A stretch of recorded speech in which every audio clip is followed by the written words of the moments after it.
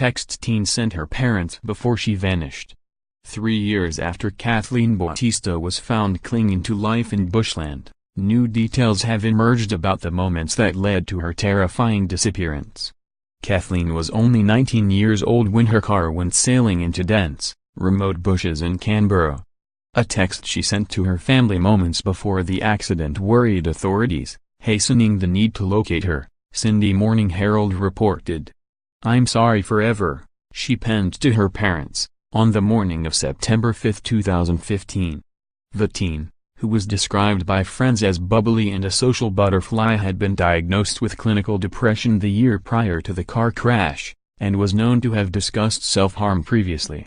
She had been increasingly turning to alcohol and drugs to cope with feelings of despair, and has no recollection of what decision finally drove her to the destination. "I just remember being there, in the bush. I don't remember where I went or why I chose that place. I don't know how I planned it. I don't know how I found it. I haven't been there before."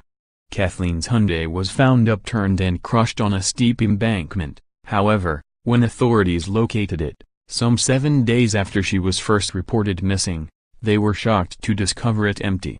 In their search amongst the wreckage of the vehicle, a small hand rose from across the embankment, weakly and feebly signaling for help.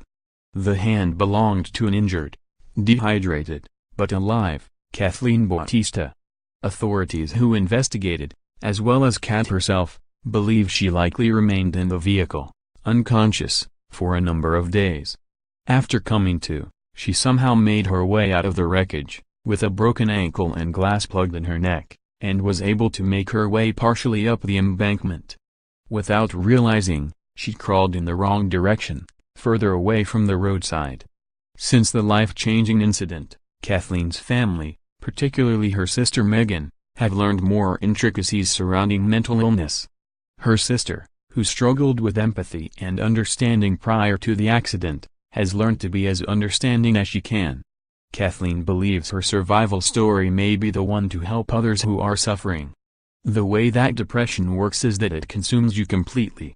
Even if I've got bits of hope in me, it will still be my depression trying to crush that, but the will to live is there obviously because I'm still here, and I got through that." In sharing her story, Kathleen hopes to reduce the stigma surrounding mental illness, and encourage people who are suffering to speak up and receive the treatment they deserve.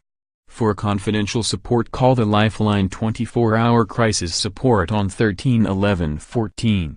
For additional support, call Beyond Blue on 1322 4636.